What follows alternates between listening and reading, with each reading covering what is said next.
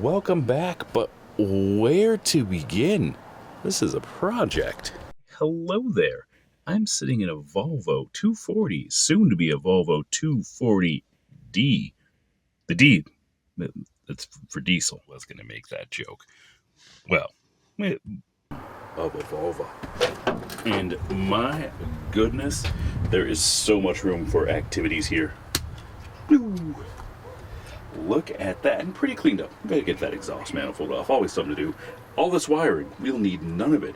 But we're gonna drop this motor in, a motor that was never designed to be in this, but it does not look like too difficult of a task. Well, let's talk about hubris. Those that haven't done will tell you how easy it is to do. Spend some time cleaning, and also good guy Volvo, the front comes off, and you know, I was thinking there's different ways to skin this thing.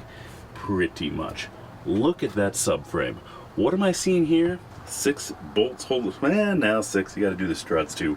So we got 2 bolts on the side for the subframe, 2 bolts on that side for the subframe. Is that a radius? No, that's a lower control arm. Moves up and down. That one's bolted in. We can get that off. The struts off. Then the brakes. Removing this bottom subframe. I mean, nothing is terribly difficult on a 240. Now figure out things. There she is, and there she sits. Let's get some prep work on this motor. We are reinventing some wheels here. These aluminum cast pieces here are simply mounts for stuff for the factory AC and factory power steering. I am gonna run neither. I'm gonna run the Volvo Pacific ones. So this is just a fuel filter. Easily relocatable, got some 12s there. I already got the dingus and oil cooler off. That we're going to reinvestigate, maybe get some new hoses, do some other stuff with. But our pieces here must come off. We'll get down to the bare block here. Both of our plates off. And pro tip, get some money out of this.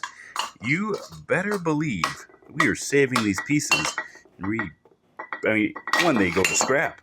Or first you check. Some pieces like this are unobtainium. If you were in the old car market at all and you break one of these things, something that should never break, said that allegedly Mercedes will make any part for any vehicle they've ever produced, but certainly that service comes at cost. Join the forums if they still exist. Try to do right by the communities. Give it to somebody who needs, and when I say give it, I mean, you know, in exchange for money, of course. And so the original Volvo way is straight down. There is a 90-degree panel that goes there, AC compressor on the bottom, power steering pump on top. Now, we've got this dingus end hanging out here. This dingus is the vacuum pump. And so, obviously, that's got to stay. We need that. We want power brakes.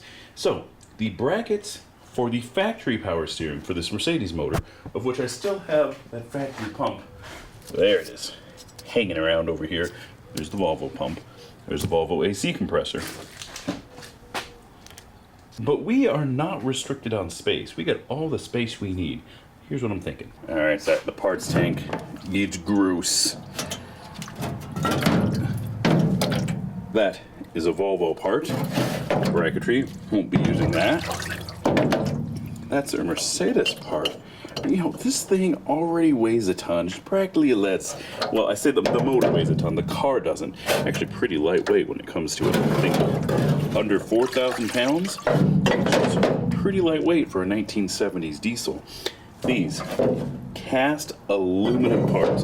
So I'm cleaning those up for the benefit, I guess the benefit of the community, because honestly, it's going to be a bigger pain in the rear to deal with these, get them sold, find somebody that wants these specific brackets. So we got, I believe that's for power steering, and this is for the factory AC compressor. We're not using the Mercedes AC compressor. We are, and this is the Volvo bracket. Made of steel, it's got some gravity to her, and so, good guy Mercedes, a nice cast aluminum piece, weight saving, space age, precise, but Volvo, more utilitarian. And we got the pumps on. Let's get some cleaning of parts here. Down you go. Now I could keep this on the entire time and show you, or, I mean, what's that expression?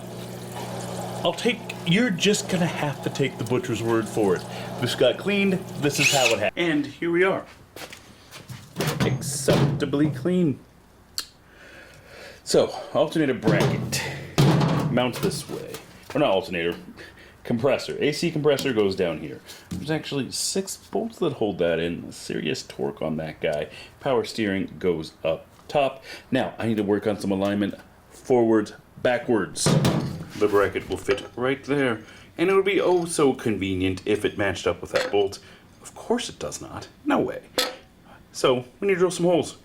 But we need to figure out where we are forwards and backwards. Always multiple ways to a destination. Here's my plan to get that forwards and back alignment done. There's that front hole, which is too far forward. Yeah, it's too far forward. I'm just gonna take a Sharpie. I'm gonna draw some lines here. I'm gonna cut out a slot, and we'll work on that alignment. We'll have 2 screws. It can be pretty straight. Pretty straight. Straighter than I am usually with the angle grinder. Straight cut. Still can't do my signature and tailgates and stuff like that one gal. Getting sidetracked. Cut along there. Get our alignment. I'll weld a washer or bung on or something once we know exactly where we're going to sit. But the forwards and backwards alignment for pulley alignment is somewhat important. Let's get to cutting. Actual squares exist, but I mean, is this not square? As long as they exist, they're probably the right tool. Just took the gloves off. Gross. Dry them off.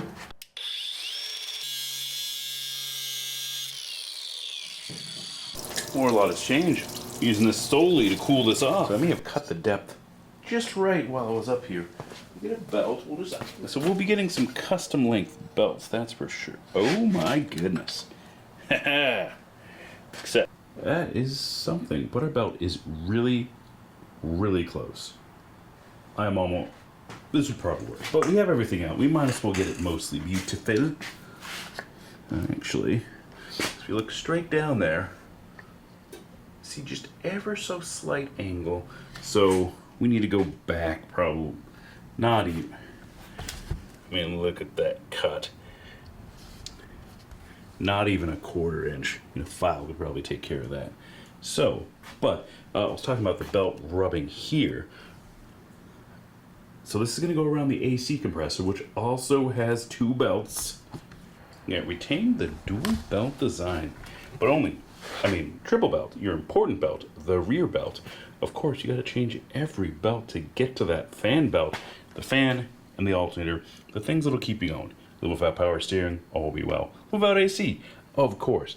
But the work where we stand right now, this is not the belt. Like I said, the AC compressor goes down there. So there'll be a longer belt going all the way down here, down, and then over. And that will be perfect. Except there's only 1 belt there. It's a weird setup. Volvo, first of all, the Volvo setup was to have a belt straight to the air conditioner, and then the dual belt, the second belt, goes up to the power steering. A weird setup in my opinion. But this way, I should have done it this way all along. But more modification needed because this, the 2 bolts right there, look at all this hardware and steel they got you here. This is significant. So as indicated when I took it off, the factory way is there is 2 brackets. There's a bracket up here for the power steering, bracket down here for that air conditioner. So I need some bracketry, so I'm gonna go right here to right there. It's gonna be some welding, gonna be some fabrication, possibly here to there as well. Even more fabrication, but we'll be fine. All will be well. So this thing will be well supported. Actually, there's another one right there. Actually, see that? I could drill a proper hole there. Let's not get too far ahead of ourselves. We'll figure this out. We can have 3 different braces holding this up and the brace right there. So we'll pull it off. We will, weld that in first. Granted, that is pretty thick. What is that? It's a high nickel? It's almost like a... it's not quite a stainless. It's got a little copper in it. Why? I don't know. Something like that. And that is perfect. So, weld some bracing right there. Weld a piece right there. Yeah, we're welding this high anodized. What is it? It's got some toxins in it. So I have to be careful with welding, but that's fine. I've welded worse. Maybe mark that. Weld some washers right there. perfect, and then figure out bracing down there. Still a long way to go, but things are happening and things are coming together. Alright, I'm reconsidering my choices here. First choice is going to be a good one. Glasses. Impact. Resistant and C standard, whatever. Important for metals and stuff. And also I don't ding up my existing glasses, the ones I wear every day. Now, this would work fine. That is a lot of belt going this way. I just think it's kind of janky. And what I would like to do is actually move this lower. We might still need to do the single long belt operation. Gotta figure out this dingus here. And this part I have not researched. Is there an electric vacuum pump I could utilize rather than this dingus thing here? I mean, if we could pull that whole thing off, that would clear up some interference issues, but we're gonna run with it as it is. So things I need a plate to mount a plate to work this down. I want this to be at the bottom of the motor right there. Well, let's get our distances here. So from, it's approximately the top of the bottom of the oil pan, we've got to there, so at 11 inches. That's a foot, let's call it a foot. So this, and I know what you're thinking, that is obviously a square tube and not a flat piece to mount things to. We're gonna solve that real quick too. I showed you eye protection, now I show you ear protection. You only get one set of each of these things.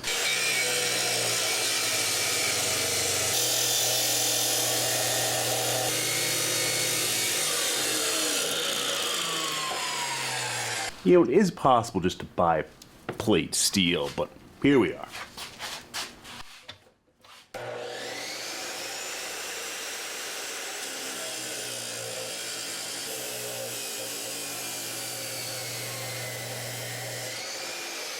Obviously, I'm not getting the progress that I would like here.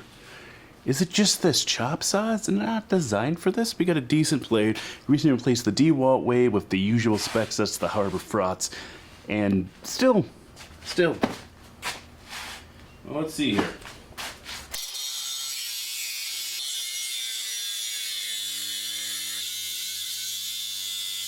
Let's get some power here.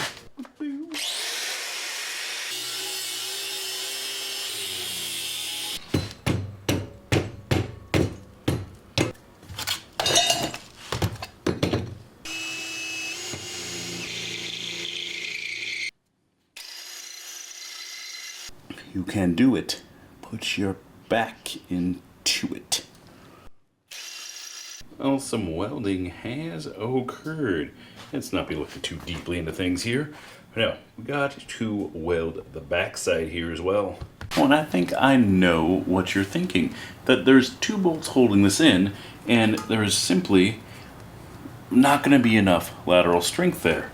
Or whatever, lateral, horizontal, I don't know. You are right. So we're going to weld here, but also there is a, can you see that? There's a hole right there for a factory mount. So we're going to fabricate something for that. Maybe just simply this angle iron, because there's also two mounts back here. There's a mount on the bottom here and a mount on the top. So we're going to carry on with welding and everything's going to go great.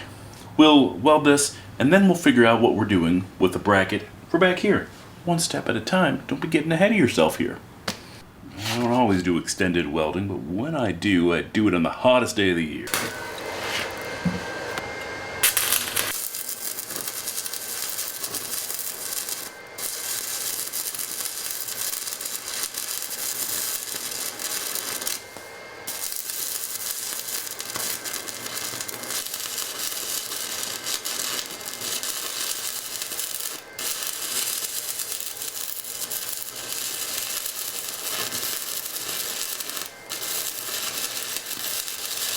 Alright, so bracing from the hole to the thing there. I mean, a piece like this would be perfect, but this is aluminum. That's it? That's what we need? Well, would you look at that? Huh. Angle iron. That's what we're going to do. We're going to trim angle iron to go both under. I mean, a flat piece like this would be just perfect. That one is, like I said, aluminum, so not going to work for our purposes here. Let me see what I got lying around. Angle iron. we'll just cut that, put it right here, and then we'll have, not that it matters, but I guess you'll have some more meat because I'm going to cut it and then some of it's going to go under there. We can probably get the backside too. I mean, how much torque are we talking here? 3 1/4 is sufficient. So here's the setup, and this is beautiful. I am happy with this. We've got to, actually it's a little bit tight. Whoop, lost the nut. But it's backwards is the thing.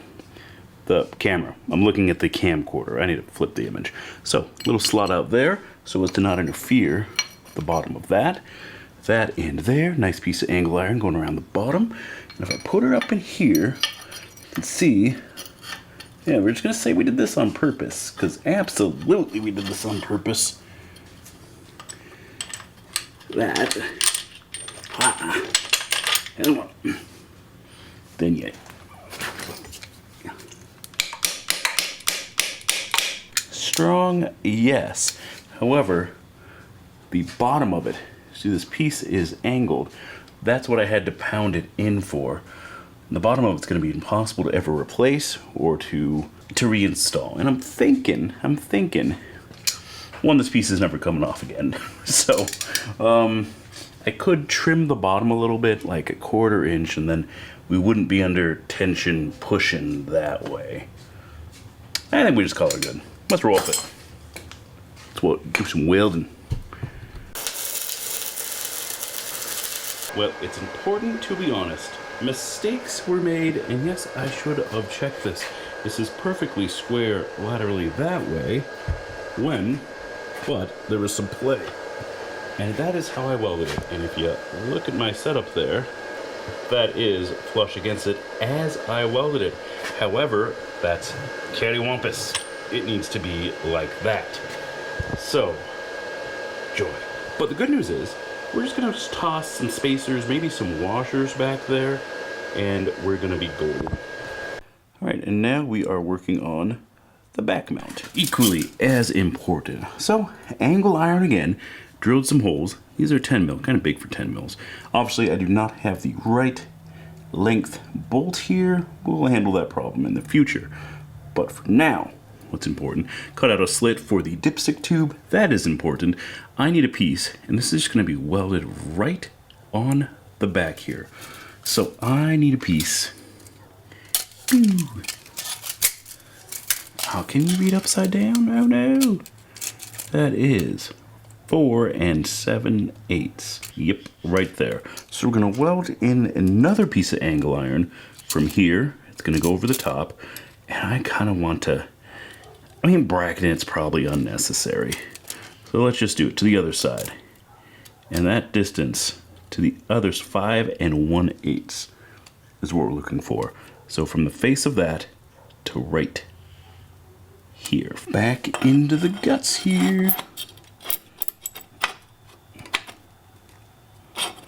Nope, I am slightly too long. Oh, that's why I'm slightly, oh man. I better suck at measuring. All right, cut a little bit more off. Let's see if we can get it to lay flush here. Of course, can that thing not? What in the world happened with that? All right, flipping that around. Weld some on the top there. Yes. That is it. So, what we're going to do, move this up a bit. Hold that right there. I'm going to lay a nice bead right there. Then we're going to remove the entire piece. Weld the back side, and I made some cuts. We're doing, well, I'm cutting out this piece, so like we cut a little into there, and to cut off that last little piece, cut over, and there's some slits in there that we are going to pull out. So before we weld it on this, actually maybe I can just pull the whole thing off. Weld the whole thing on the bench. I mean, it does make for better welding, but make sure my alignment's good here. Yeah, we're all the way forward. Good, good, good. Yeah, that is perfect. Perfection. So I'll weld a bead right there. Then I'm going to pull this piece off, take it on the bench, tidy it up, make it fancy pretty. And you're going to see another weld I'm going to do here.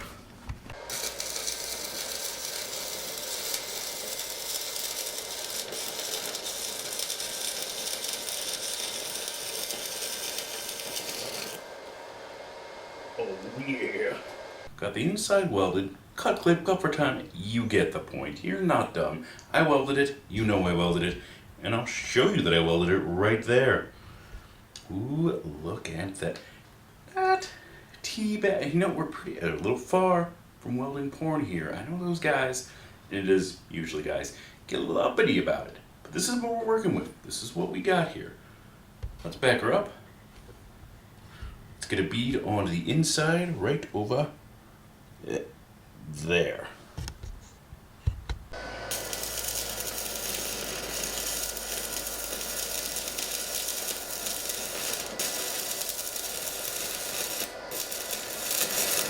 Well, since the last time we spoke, this has happened. And yes, I painted it with random paint out of line around. It is terrible. It is expired. It is no bueno. But I kind of like what happened here. Let's not look too closely at most welds here at all. It will hold. It will hold. Now, and since that time, other projects have happened. Other projects with arguably better welding. But with this little guy, the Chicago Electric, and this is kind of an older unit, getting some decent life out of it. There is no free lunch. You cannot invent power.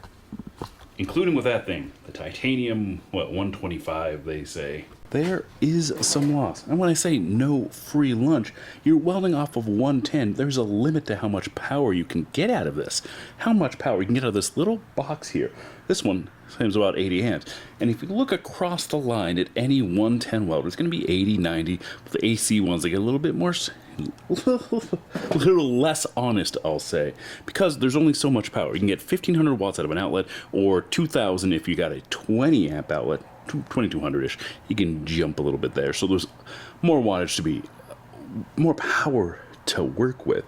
But unless you're doing a two-phase, there's a limit here. I mean, you're talking wattage. The formula for work is your voltage times your amps equals wattage. Now, wattage is the work that's getting done in the thing that is remaining constant, which is why you can have these high tension lines running 14K or higher through these high power lines that are like super thin comparatively to stuff that we work with. Ultra high voltage to get the same wattage out of the things. It's like A amp, etc. But when I say no free lunch on these welders, 80 amps is about the top that you're going to get. And if you're getting 80 amps, I mean, your voltage is going down. Voltage goes down, amperage goes up. There's not, for this outlet here, a 110 outlet, these ones are 20 amp outlets. So you can get, 110 times 20, 22, 23, whatever, somewhere around there. But the voltage goes down, cut the voltage in half to like 60, and you double the amperage, 40 amps. Cut it in half again to 30, you double the amperage again. So, but there's simply, you need the current, you need the flow of whatever. Now, one thing I don't know, because I have not looked it up yet, if you get a two-phase welder like the Lincoln Tombstone, which is something I've got my eye on as well, a little bit thicker material, does your voltage stay higher with the, you'd think, I mean, especially with the older ones. Now, this being an inverter welder, now it could have constant voltage. It could, constant voltage, and do that. With the old transformer ones, you're moving the secondary field, so you're changing where the pickup is, so to speak. So, voltage variable. But hey, we were going off all over the things. Let's put this thingy on here. Now, some money has been spent. Look at these nice new fasteners. Butte there. From, oil soaked? Interesting. Now, on an older unit, an older Mercedes, this was a 75 that I made mention of, because originally I picked this motor up to upgrade my 1975 240D. Now this has an upgraded injection pump, upgraded head, and so this one, you get more ponies out of it. I think it's 72, and before 76, you only got like 64 horsepower, so 8 horsepower increase. That's pretty good. But I spent some time oil getting everywhere, tracking down front main seal, rear main seal, but it turns out one of these bolts on the side, look at that, they're straight into the block. Well, let's see here. Nope. Improved design, maybe. Well, enough chitter chatter. Pitter patter, let's get at it.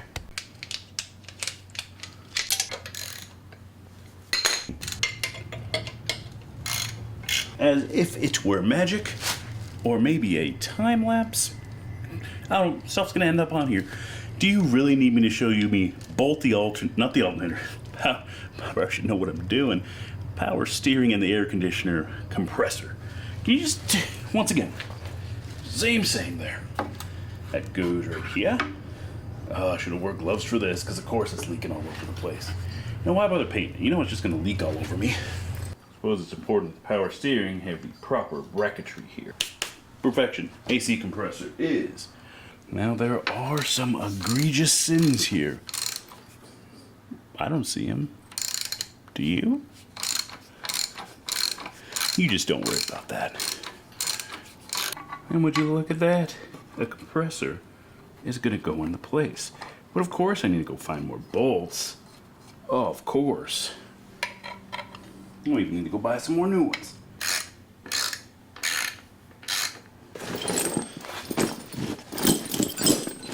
Every bolt I took out went into this bag. It's time for the parts store run. This thing had studs on this side, because on the red block this is completely against the motor, so it's nuts on the end. So there's studs that stick out. Where those studs are, yeah. So we're going to acquire some of these bolts. Maybe we'll get the right length to this bolt, but a little shorter, and then we'll get one of these just a little bit longer, put all the way through. I've got this big bolt here. It is junky. Like I said, there is a lock nut on the back.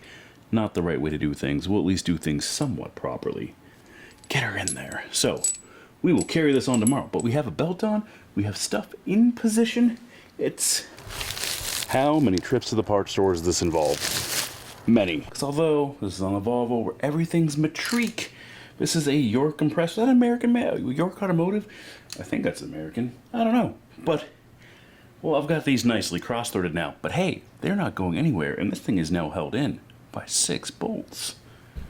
Oh, not much to write home about, but now this thing is mounted and working. We got power steering. We got AC compressor. Oh, listen to her do the thing.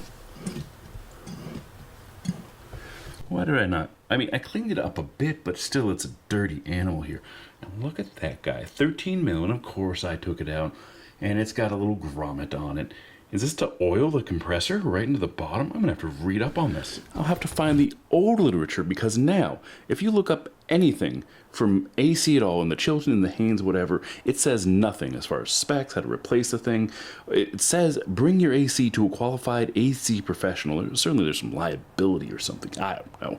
But that's what it says. There's no information on the AC. The only thing you get is a little placard that tells you how much refrigerant and oil should go in the thing. And that is it. No troubleshooting, no nothing. That's for a completely different tech, I guess. There was a time when your basic mechanic was expected to know, or could do, and was expected to know how to maintain the AC system in your vehicle. Now, I mean, you get your ep2 and you can drain and refill the thing, and that's all anybody ever suggests anymore. We're going to refill the thing, we're going to replace the compressor, we're going to blow it out, put new refrigerant in, and that's all we do. Volvo Alternator. I believe she's an 88 amp unit, but doesn't quite fit in here. So, I've already marked up a cut. Let's do a cut. Aluminium shouldn't take too much. You do it one-handed. Maybe a safety first, you know. Something like that. Still with alignment issues. Not perfect. That is slightly ahead. I'd have to grind a little bit more. Maybe put a spacer right into there. No biggie there. We're using factory Volvo belts. This is way out. You can see the adjustment slot right there. And when it comes down this far, it rubs in that bolt. But with a proper length bolt, you can see we're off of that. However, that belt is touching right there. Or if I get her tight, maybe I can lose a little bit of material right there. That'd probably be fine. Still too far forward. Grind off a little right there. There's a little much strengthening there. And then get a proper length belt, and we have this tidied up, ready to go. And then that belt, things are looking up here. Different length belt to go right there. Let's get this all tidied up, put together, grind that down, at least mount the alternator properly in place, and then I think we're good to stage the motor and get her at least mocked up in the car. We're getting there. So very close. We're almost ready to get this motor on the hoist, get it up, and hopefully get it in. Bantered enough. Let's move on to number 2. We're concluding this one. Stay along for this ride. It's going to be a series and more work than I care to admit right now. But me and you can do it together. Like, comment, subscribe, all the things, whatever.